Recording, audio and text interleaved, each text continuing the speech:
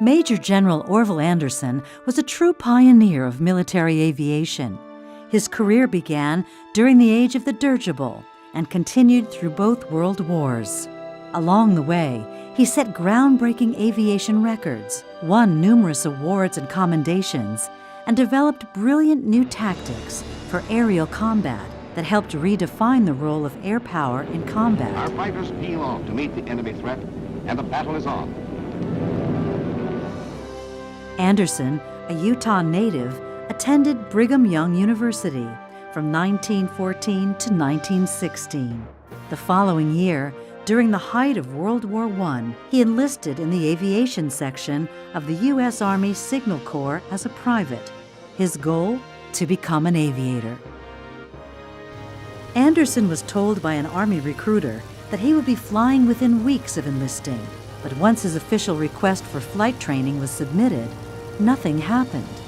Undaunted, Anderson went instead to Balloon Observer School and won a commission as a second lieutenant. Soon, Anderson's exploits in lighter-than-air flight would land him in the record books.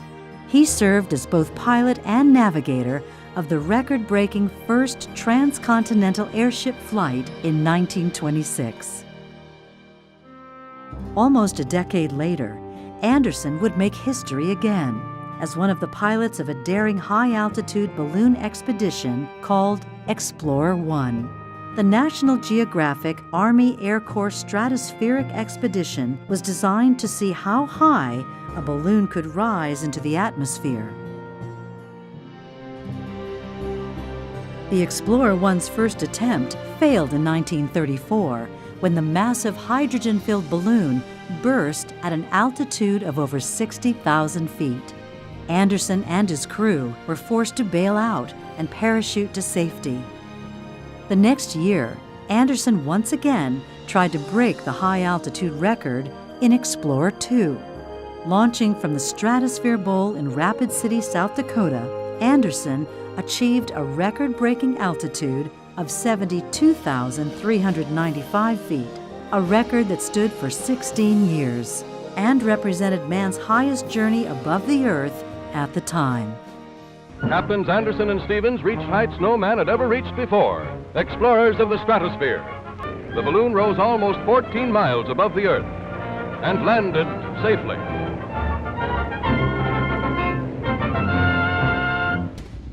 On the heels of his record-setting ascent, Anderson was already looking toward the future. He realized that airplanes could easily surpass the capabilities of airships in battle. So in 1933, he recommended that the Army Air Corps discontinue its airship programs in favor of fixed-wing craft. The P-26, our first metal-covered fighter in production, joined the Air Force in the early 30s. When World War II began, Anderson's strategic thinking became a major asset to the military. He held several top-level positions in planning and operations, ultimately serving as Deputy Commander for Operations of the 8th Air Force under Major General James Doolittle. How many do you want to peel off? Well, General, we're spreading over a pretty wide area there. In January of 1944, Anderson persuaded General Doolittle to order the fighter pilots of the 8th Air Force to pursue the Germans until they are destroyed.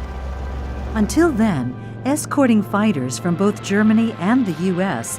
had been used primarily to protect bomber formations.